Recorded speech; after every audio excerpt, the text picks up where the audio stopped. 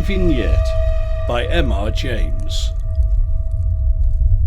You are asked to think of the spacious garden of a country rectory, adjacent to a park of many acres, and separated therefrom by a belt of trees of some age, which we knew as the plantation.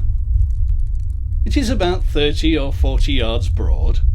A close gate of split oak leads to it from the path encircling the garden, and when you enter it from that side, you put your hand through a square hole cut in it, and lift the hook to pass along to the iron gate, which admits to the park from the plantation. It has further to be added that from some windows of the rectory, which stand on a somewhat lower level than the plantation, parts of the garden leading thereto, and the oak gate itself, can be seen. Some of the trees, Scotch firs and others, which form a backing and surrounding area, are of considerable size, but there is nothing that diffuses a mysterious gloom or imparts a sinister flavour, nothing of melancholy or funereal associations. The place is well clad, and there are secret nooks and retreats among the bushes, but there is neither offensive bleakness nor oppressive darkness.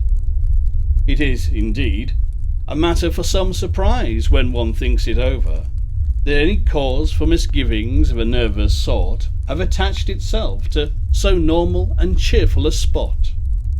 The more so, since neither our childish mind when we lived there, nor the more inquisitive years that came later, ever nosed out any legend or reminiscence of old or recent unhappy things. Yet to me they came, even to me, leading an exceptionally happy, wholesome existence, and guarded, not strictly but as carefully as was any way necessary, from uncanny fancies and fear. Not that such guarding avails to close up all gates. I should be puzzled to fix the date at which any sort of misgiving about the plantation gate first visited me.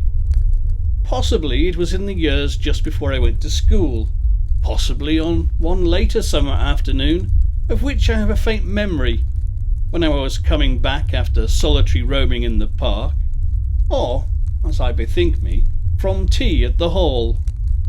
Anyhow, alone, and fell in with one of the villagers, also homeward bound, just as I was about to turn off the road onto the track leading to the plantation.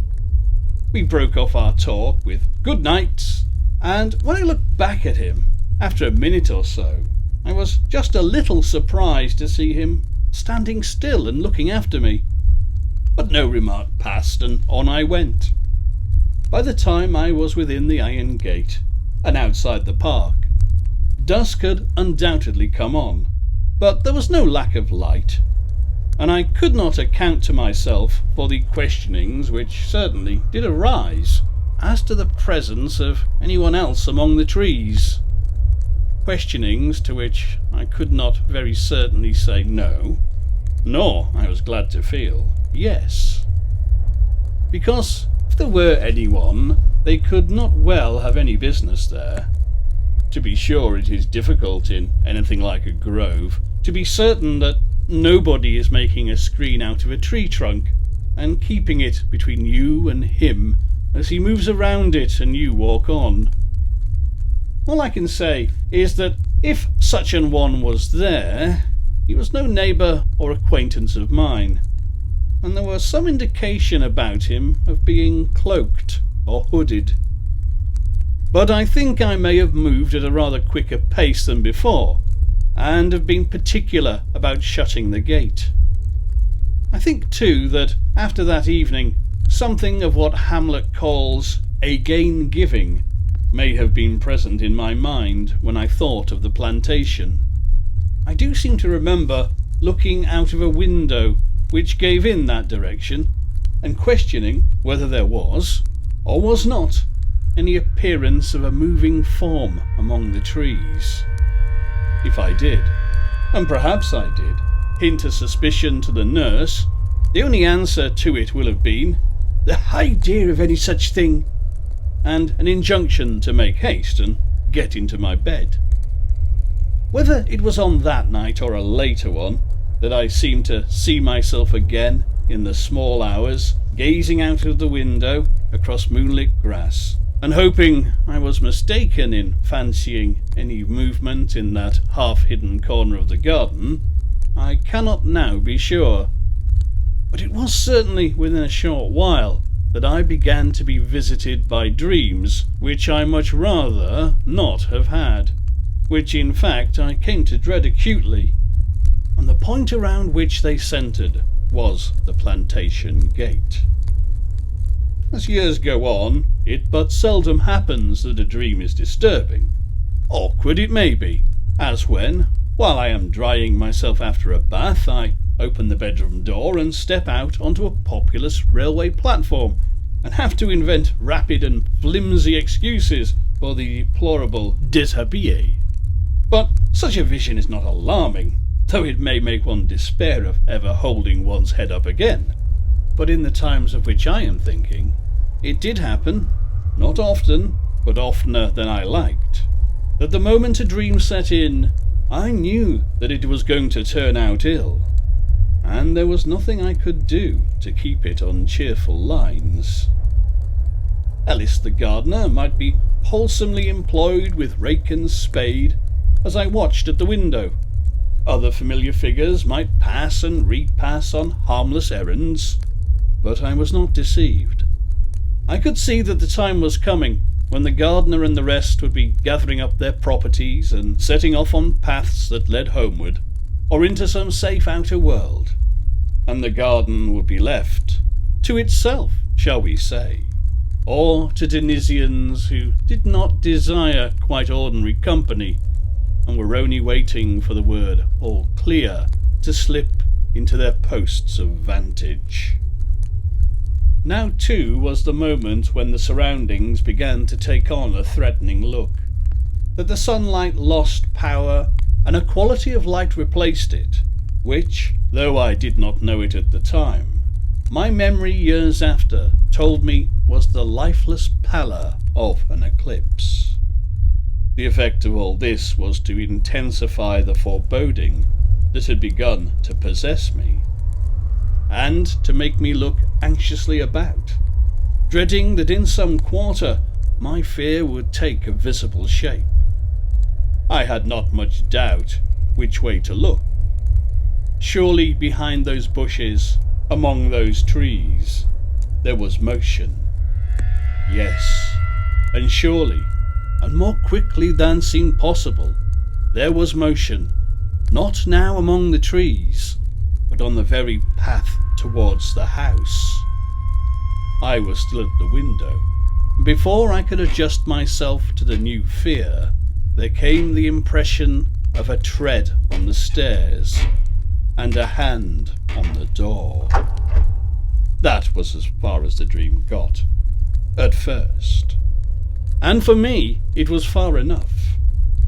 I had no notion what would have been the next development, more than that it was bound to be horrifying. That is enough in all conscience about the beginning of my dreams. A beginning it was only, for something like it came again and again.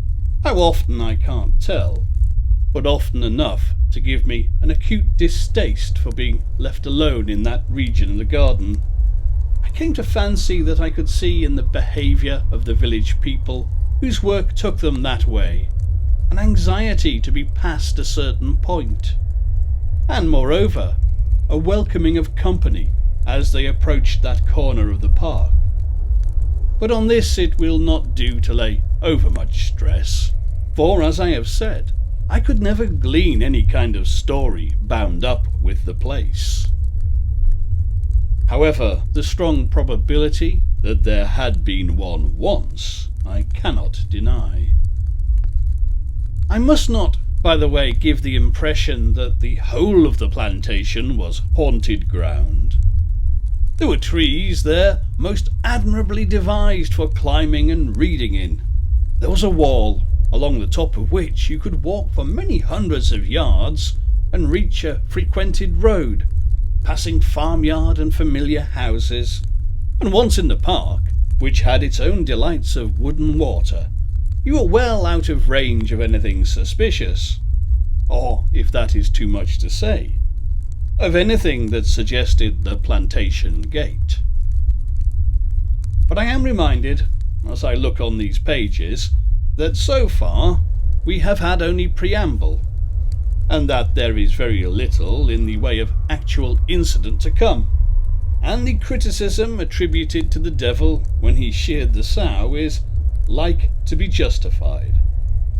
What, after all, was the outcome of the dreams to which, without saying a word about them, I was liable during a good space of time? Well, it presents itself to me thus. One afternoon, the day being neither overcast nor threatening, I was at my window in the upper floor of the house. All the family were out. From some obscure shelf in a disused room, I had worried out a book, not very recondite. It was in fact a bound volume of a magazine, in which there were contained parts of a novel. I know now what novel it was, but I did not then. And a sentence struck and arrested me. Someone was walking at dusk up a solitary lane by an old mansion in Ireland, and being a man of imagination, he was suddenly and forcibly impressed by what he calls the aerial image of the old house, with its peculiar, malign, scared and skulking aspect, peering out of the shade of its neglected old trees. The words were quite enough to set my own fancy on a bleak track. Inevitably, I looked and looked with apprehension to the plantation gate. As was but right, it was shut, and nobody was upon the path that led to it or from it. But as I said a while ago, there was in it a square hole, giving access to the fastening, and through that hole I could see, and it struck like a blow on the diaphragm, something white, or partly white. Now this I could not bear, and with an access of something like courage, only it was more like desperation, like determining that I must know the worst, I did steal down, and quite uselessly of course, taking cover behind bushes as I went, I made progress until I was within range of the gate and the hole. Things were, alas, worse than I had feared. Through that hole, a face was looking my way. It was not monstrous, not pale, fleshless, spectral. Malevolent, I thought, and think it was. At any rate, the eyes were large and open and fixed. It was pink, and I thought hot. And just above the eyes, the border of a white linen drapery hung down from the brows. There is something horrifying in the sight of a face looking at one out of a frame as this did, more particularly if its gaze is unmistakably fixed upon you. Nor does it make the matter any better if the expression gives no clue to what is to come next. I said just now that I took this face to be malevolent, and so I did, but not in regard of any positive dislike or fierceness which it expressed. It was, indeed, quite without emotion.